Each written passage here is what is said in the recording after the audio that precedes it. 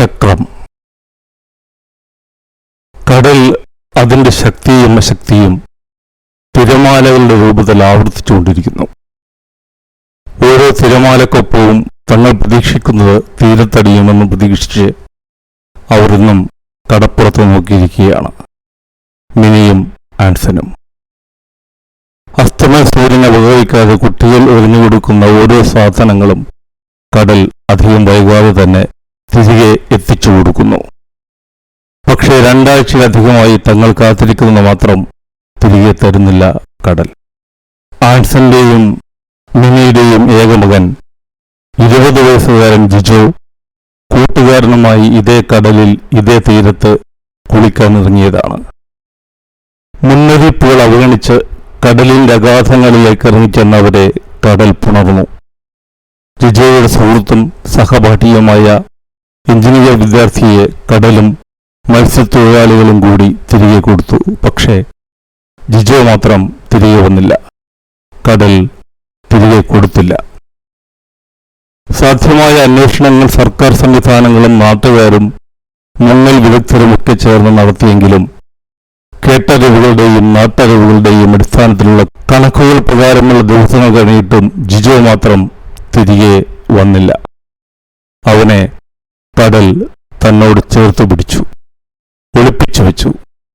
എല്ലാവരും ഉപേക്ഷിച്ചെങ്കിലും ആഴ്ചകൾ പലതായെങ്കിലും ആൻസനും മിനിയും ഈ തീരത്ത് വന്നിരിക്കും. കണക്കുകൾ തെറ്റിയ കടലമ്മ തങ്ങളുടെ മകനെ തിരികെ തരും. അസ്തമയ സൂര്യൻ ഒരു കറങ്ങാത്ത ചുവന്ന ചക്രം കണക്കെ കടലിലേക്ക് താഴ്ന്നിറങ്ങുമ്പോൾ തീരത്ത് കപ്പലണ്ടി വിറ്റിരുന്ന പുരുഷോത്തമൻ വന്ന് ആൻസന്റെ തോളിൽ കൈവച്ചു. ആൻസൺ നോക്കിയില്ല. അയാൾക്കറിയാമായിരുന്നു അത് പുരുഷോത്തമനാണെന്ന്. കഴിഞ്ഞ ഏതാനും ദിവസങ്ങളായി ആവർത്തിച്ചുകൊണ്ടേയിരിക്കുന്ന ഒരു ആചാരമാണത്. ആദ്യ ദിവസങ്ങളിൽ ആ ദമ്പതികളെ ആശ്വസിപ്പിക്കാനായി പുരുഷോത്തമൻ എന്തെങ്കിലുമൊക്കെ ആശ്വാസവാക്കുകൾ പറയുമായിരുന്നു. പിന്നീട് അതിനും പ്രസക്തിയില്ലാതായി. ആൻസൺ മിനിയെ നോക്കി. കുറച്ചു സമയം കൂടി വിദൂരതയിലേക്ക് നോക്കിയിരുന്നിട്ട് ആ ദമ്പതികൾ എഴുന്നേറ്റ് തങ്ങളുടെ പുതിയ കാറിന്റെ സമീപത്തേക്ക് വേച്ച് നടന്നു പോകുന്നത് നോക്കി പുരുഷോത്തമൻ നെടുവീർപ്പിട്ടു. ആ കാറിന്റെ ചക്രങ്ങൾ ആദ്യം പിന്നോട്ടുരുണ്ടു, പിന്നെ മുന്നോട്ടും. നഗരത്തിലെ പ്രശസ്തമായ ടയർ റീട്രേഡിംഗ് സ്ഥാപനത്തിന്റെ ഉടമസ്ഥനാണ് ആൻസൺ. ഭാര്യ മിനി, ഏകമകൻ ജിജോ. അവനാണ് ആഴ്ചകൾക്ക് മുമ്പ് കടലിൽ ഇറങ്ങി കാണാതായിരിക്കുന്നത്. അവരുടെ പുത്രനഷ്ടത്തിൽ നാടും നഗരവും ബന്ധുക്കളും തേങ്ങി.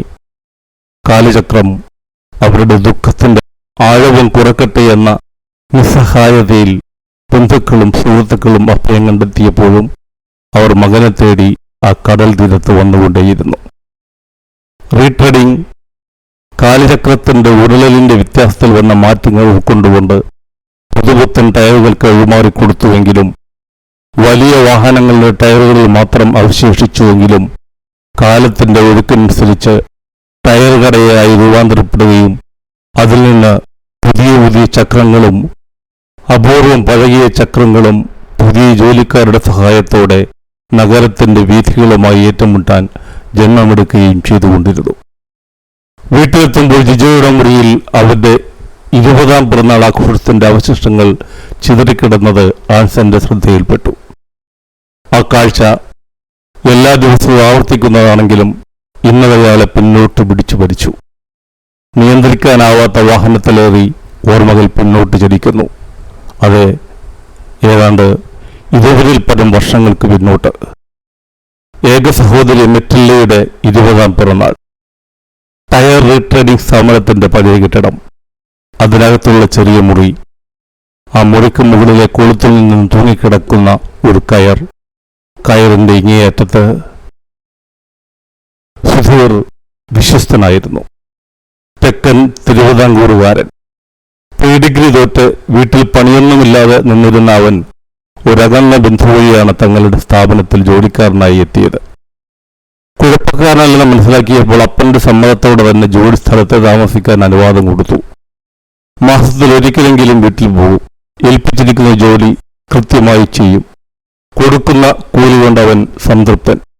അവന്റെ കരവിരുതിലും നഗരനിരത്തുകളിൽ തേഞ്ഞു തീർന്ന കറുത്ത ചക്രങ്ങൾക്ക് പുതുജീവൻ ലഭിച്ചു. പല അളവുകളിൽ അറ്റുപോയ തേഞ്ഞു തീർന്ന റബ്ബർ വട്ടങ്ങൾക്ക് ഒരു ചക്രത്തിന്റെ രൂപമുണ്ടെങ്കിലും തേയ്മാനത്തിന്റെ തോതുകളിൽ വ്യത്യസ്ത മാനങ്ങളുണ്ടെന്ന് ആ യുവാവ് മനസ്സിലാക്കിയിരുന്നെങ്കിലും മുതലാളിയായ ആൻസൺ അത് മനസ്സിലാക്കിയിരുന്നില്ല. അയാൾക്കതിന് നേരമില്ലായിരുന്നു.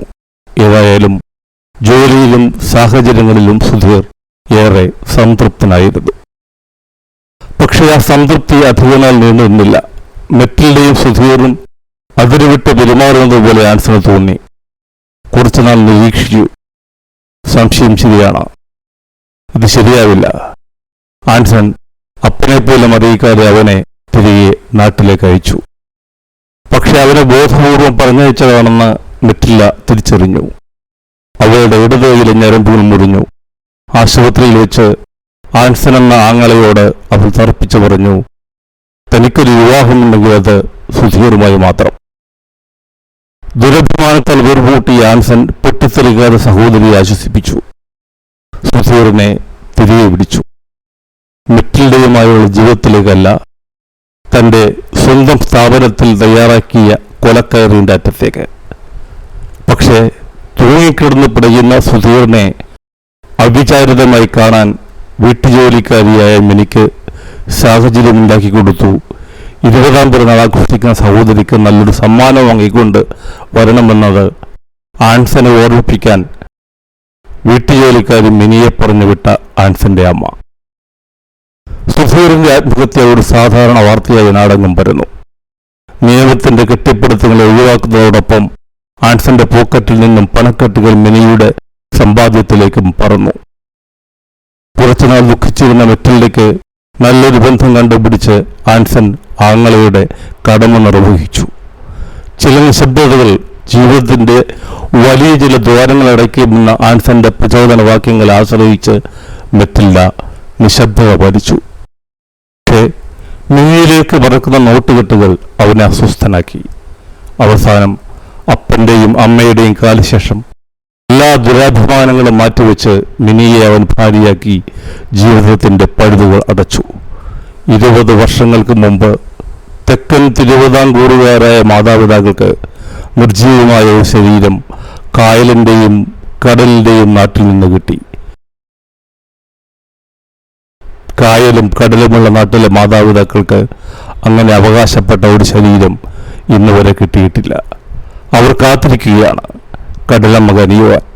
ഇന്നത്തെ സായാഹ്നത്തിലും പുരുഷോത്തമന്റെ കരസ്പർശത്തിൽ അവസാനിച്ച ആചാരത്തോടെ അവർ തിരികെ നടന്നു.